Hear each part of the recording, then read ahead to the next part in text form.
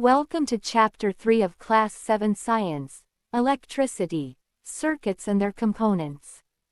In this exciting chapter, we'll join Nihal and his classmates as they discover the amazing world of electricity during their school trip to Bhakra Nangal Dam. Electricity powers almost everything in our modern world, from simple torchlights to massive hydroelectric power plants.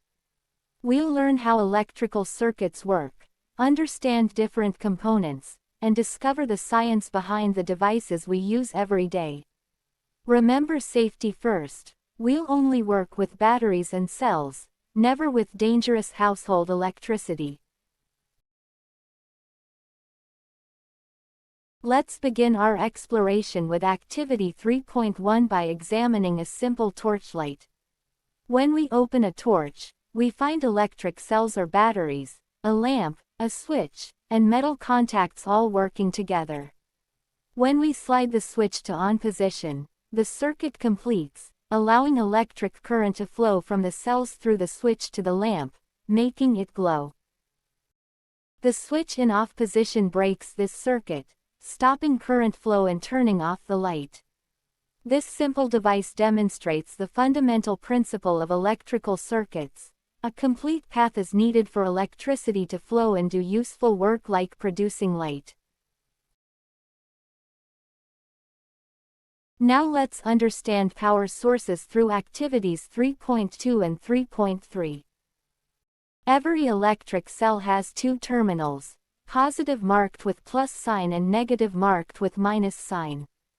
The metal cap is positive terminal while the flat disc is negative terminal. When we need more power, we connect multiple cells together to form a battery. The correct way to connect cells is positive terminal of one cell to negative terminal of the next cell. This series connection provides more voltage and energy. Wrong connections like positive to positive or negative to negative won't work. Remember, the term battery is often used for single cells too, like in mobile phones. Let's explore different types of electric lamps through Activities 3.4 and 3.5. Traditional incandescent lamps have a thin filament inside a glass bulb that gets hot and glows when current passes through.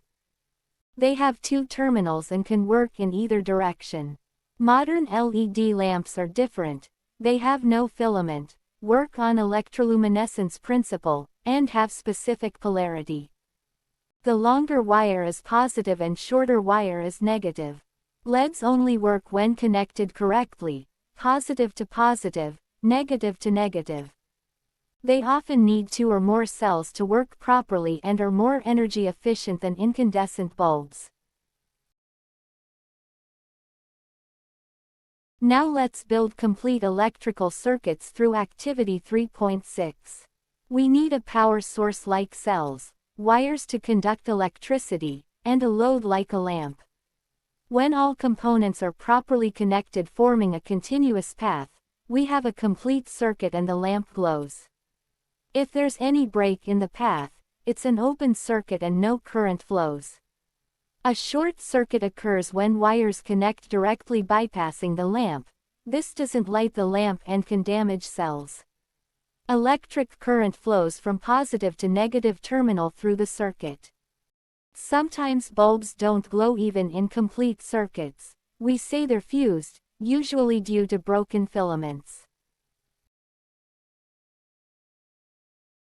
Let's learn about circuit control through Activities 3.8 and 3.9 by building our own switch.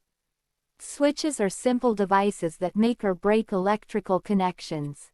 Our homemade switch uses two drawing pins and a safety pin. When the safety pin touches only one drawing pin, the circuit is open, switch is off. When it touches both drawing pins, the circuit completes, switch is on. This simple principle applies to all switches from torch switches to home light switches. Switches can be placed anywhere in a circuit and serve as traffic controllers for electricity, allowing us to use electrical devices only when needed. Now let's learn the international language of electricity through Activity 3.10 Circuit Diagrams. Electrical engineers worldwide use standard symbols to represent components. A cell is shown with long and short lines for positive and negative terminals. A battery shows multiple cells. Lamps have different symbols for incandescent and LED types. Switches show whether they're open or closed. Wires are straight lines connecting components.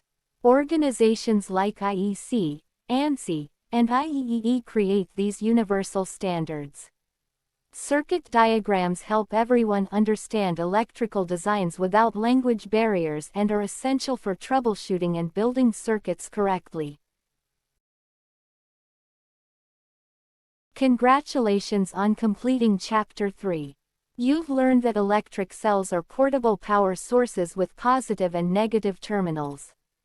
Batteries are multiple cells connected together. Incandescent lamps have filaments that glow when heated, while LEDs require specific polarity.